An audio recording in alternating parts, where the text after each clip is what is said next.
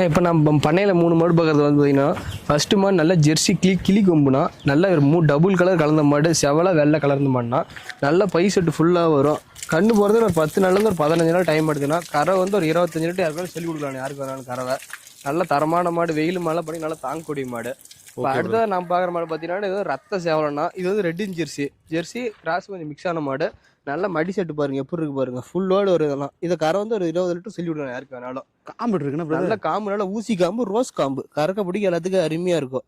இந்த மாடு வெயில கட்டிக்கலாம், வெயிலும் மழை பண்ணி நல்லா தாங்கக்கூடிய மாடு. இந்த மாடு கிராஸ் பிரீட்னால எந்த பிரச்சனையும் வராது. ஓகே ஓகே, நோய் நொடி தான் அவ்வளோ சீக்கிரம் வராது. இப்போ அடுத்தா பார்க்குற மாடு பார்த்தீங்கன்னா, இதுவும் டபுள் கலர் கலந்த மாடுனா பிஸ்கட் வெள்ளை 2 கலர் கலந்த மாடு, ஜெர்சி பிரீட் மாடு. இது கண்ணு போறதுக்கு வந்து ஒரு 20 நாள் டைம் ஆகும்னா. 20 நாள் பிடிக்கணும். கரை வந்து ஒரு 17 லிட்டர் சொல்லி விடலாம் யாருக்கும். கண்ணு போறது ஒரு 20 நாள் டைம். என்ன நீளம் இருக்கு? நல்ல நீளமான மிஷின் நல்லா இருக்கு, கை நல்லா இருக்குண்ணா. Okay okay brother. இந்த மாடு பொறுத்த வரைக்கும் பார்த்தீங்கன்னா ஃபேட்டஸ்னே பயப்பட தேவையில்லாம்.